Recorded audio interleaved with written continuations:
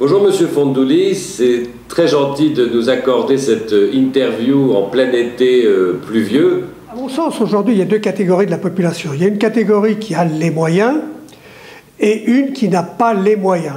La catégorie qui a les moyens, bon, elle n'a pas forcément la connaissance, mais se documente et achète et se met aux normes.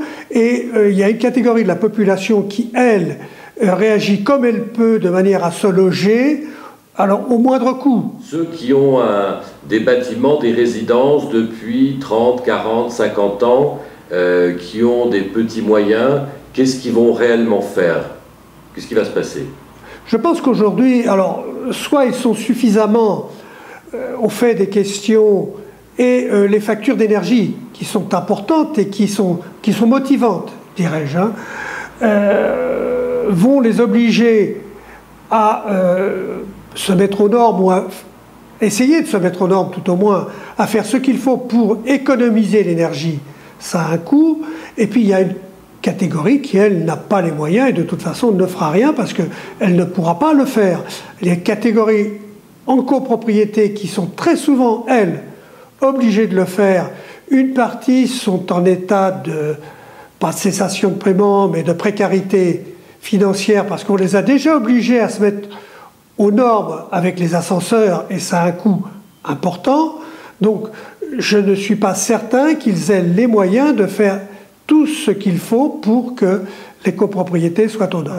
Devrait y avoir une obligation de mise en sécurité, on le voit sur toute la partie électrique, qui n'est même pas toujours respectée. Hein, tous les immeubles n'ont pas de mise à la terre, alors qu'elles devraient l'avoir.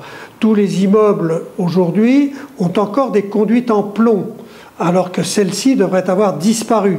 Alors, les mises aux normes en ce qui concerne l'énergie et les économies d'énergie, je ne suis pas certain qu'on y arrive tout de suite. Ou bien l'appartement ou la maison a un coût certain et les personnes qui achètent ou qui héritent ont les moyens de faire les travaux et font les travaux. Ou bien, je dirais, c'est un bien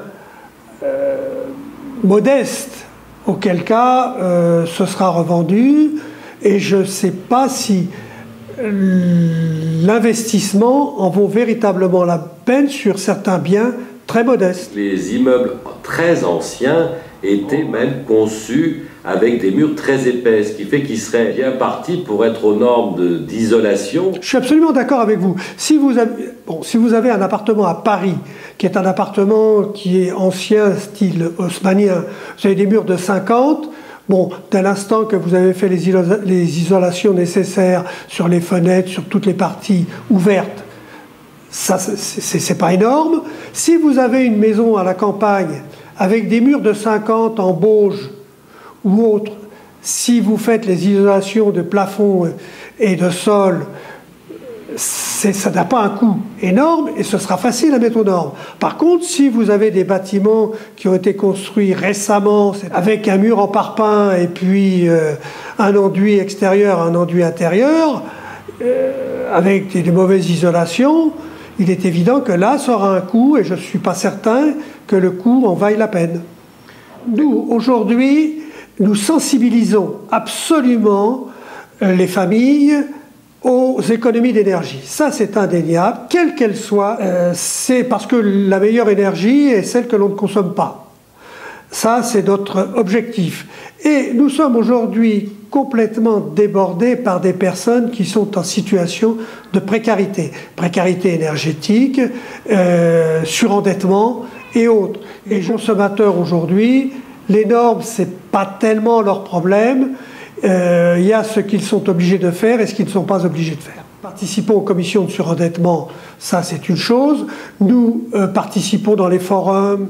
Pour nos adhérents, nous faisons des dépliants sur les économies d'énergie, de sensibilisation, en partenariat d'ailleurs avec les opérateurs historiques, c'est-à-dire avec EDF ou avec GDF Suez. Nous envoyons à l'ensemble de nos adhérents une petite publication, plus un dépliant. Alors cette année, il est sur les économies d'énergie. Savoir que l'air d'une pièce peut être renouvelé en 10 minutes, il n'y a pas besoin de laisser 1 heure ouvert. Savoir qu'une chambre à coucher à 19 degrés, c'est parfait. qu'on n'a pas besoin d'avoir 20 dans toute la maison, ou 22. Par rapport à l'association Équilibre des énergies, est-ce que vous aimeriez y jouer un rôle actif? Alors aujourd'hui, nous pensons que nous avons toute notre place à tenir au sein de cette association. L'équilibre des énergies, c'est important, parce que c'est l'avenir de nos enfants que nous préparons. Eh bien, Monsieur le Président, merci beaucoup pour cette intervention et bonnes vacances au mois d'août où j'espère qu'il fera beau. Nous espérons aussi.